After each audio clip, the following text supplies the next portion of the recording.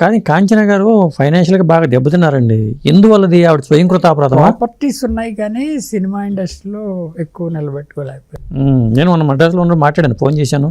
మా ఊరే, అలా పురాణం విద్యుత్ శాస్త్రి వాళ్ళ అమ్మాయి అనుకుంటా. ఫ్యామిలీ మంచిది.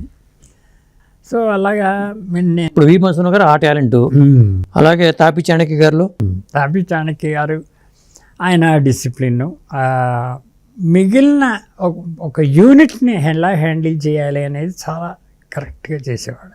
ఆయన దగ్గర కామేశ్వరరావు దగ్గర ఎలా విషయాలు కొన్ని, యోగానంద గారి దగ్గర కొన్ని, ఇలాగ అన్ని దగ్గర వాళ్ళ బెటర్మెంట్, లేకపోతే వాళ్ళు ఇది బాగుందని అనుకున్నవన్నీ నేను అలా నేర్చుకోవడం వల్లనే ఐ బికెమ్ పర్ఫెక్ట్ టీచింగ్లో. కదా డ్యాన్సులు కదానండి, డ్యాన్స్ మాస్టర్తో డాన్సర్లు అసిస్టెంట్లను పెట్టి రిహార్సల్ చేయించేవాళ్ళు. చిన్ని సంపత్తు, హేరలాలు వీళ్ళందరూ కూడా డ్యాన్స్ రిహార్సల్ హాల్ అద్దెకి తీసుకుని ఆ హాల్లో రిహార్సల్ చేసేవారు. అసలు హీరోయిన్ కాదు, అసలు కంపోజింగ్, ఈ షార్ట్ ఎలా ఉండాలి, ఎలా మూమెంట్ ఎలా ఉండాలి, వాళ్ళ అసిస్టెంట్లు పెట్టి ఆయన డైరెక్ట్ చేస్తూ షార్ట్స్ చేసి టేప్ రికార్డర్ వేసి ఆన్ చేసి ఆఫ్ చేసి నేను కూడా ఉండాలి. అసిస్టెంట్ డైరెక్టర్ ఎలా ఉంటాడు కాబట్టి నేను ఉంటాను. నన్ను కూర్చోబెట్టిన హీర్లాలు వీళ్ళందరూ డ్యాన్స్ మాస్టర్లతో నేను పర్ఫెక్ట్ ట్రైనింగ్ అయిపోయాను అనమాట. వాళ్ళ డ్యాన్స్లు, వాళ్ళ కంపోజింగ్ ఎలా ఉంటుంది, వే ఆఫ్ కంపోజింగ్, హీరలాల్ ఎలా ఉంటుంది, చిన్ని సంపత్ ఎలా ఉంటుంది, పశుమూర్తి కృష్ణమూర్తి గారు ఎలా, ఇలాగ అందరిది, వెంపటిచిన సత్యం గారు అందరితో చేయడంతో నాకు నిజంగా నేను డ్యాన్స్ నేర్చుకున్నంత పని అయిపోయేది. అంత ఎక్స్పీరియన్స్ వచ్చింది. అంచేత ఆ కోఆర్డినేషన్ ఇప్పుడు లేదు. ఇప్పుడు డ్యాన్స్ మాస్టర్ కూర్చునేది ఏమింది, అక్కడికి వచ్చి అసలు డైరెక్టర్ కూడా ఉండరు, షార్ట్లు తీసేస్తారు డ్యాన్స్ మాస్టర్ వచ్చి అప్పటికప్పుడు. ఏంటో హీరోలు కూడా అప్పుడు రిహార్సల్ చేసేవాళ్ళు ఏమన్నా? చేసేవాళ్ళు తప్పకుండా. ఇప్పుడు పశుపతి కృష్ణమూర్తి గారు ఉంటే ఈయన ఇలా వస్తే కానీ వదిలిపెట్టేవాడు కాదు. ఎస్ రాజేశ్వరరావు గారు ఉంటే ఇలా పాడితే కానీ ఒప్పుకునేవాడు కాదు. నీ బాధ్యత తీసేయి, నేను చెప్పినట్టు పాడు అంతే. వాడు మాస్టర్స్ కదండి. సో వాళ్ళు చెప్పినట్టు పాడించేవారు, వాళ్ళు చెప్పినట్టు డ్యాన్స్ చేయించేవారు. నాగేశ్వరరావుతో క్లాష్ వచ్చేది హీరలాల్కి. అదేంటండి అలా కాదంటే నేను చేస్తే ఒప్పుకోనండి జనం అనేవాడు నాగేశ్వరరావు గారు. స్టెప్స్ కదా అనేవాళ్ళు, స్టెప్స్ అప్పటి నుంచే వచ్చింది. అది వెళ్ళిపోవటం ప్యాంట్స్. నేను చేస్తే ఒప్పుకోని జనం, నాకు మార్పు వచ్చేసింది, మీరు ఇలా చేస్తే అలాగనేవాడు. లేదు నేను చెప్పినట్టు మీరు చేస్తే ఈ పేరు వస్తుంది చూడండి అనేవాడు. అని మార్పించాడు.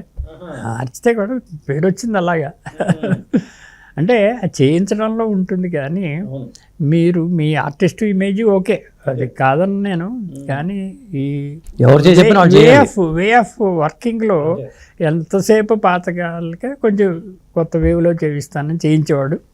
అలాగా నాగేశ్వరరావు పేరు. అలాగా ఈ డ్యాన్స్ మాస్టర్లతో నాకు ఎక్కువ ఇదైపోయి, అలాగే విశ్వనాథ్ గారు డ్యాన్స్ మాస్టర్లు ఎక్కువ యూజ్ చేసేవాడు కాదు. వాడు ఏదో మూమెంట్ చెప్పేది వదిలేస్తే షార్ట్ ఈయనే కన్సీవ్ చేసి ఆర్టిస్ట్ చేత ఈయనే చేయించి చేసేవాడు. అవన్నీ నాకు బ్రెయిన్లో ఉండిపోయి నేను నా సినిమాకి భలే కాపురం అనే సినిమాకి చంద్రమోహన్ జయసుధతో డ్యాన్స్ మాస్టర్ లేకుండా నేనే షూట్ చేశా.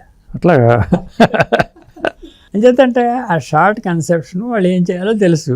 నేను రిహార్సల్ వేసుకుని నేనే టేప్ రికార్డులో రిహార్సల్ వేసుకుని ప్రిపేర్ అయ్యేవాడు నైట్ మొన్నాడు ఇక్కడ.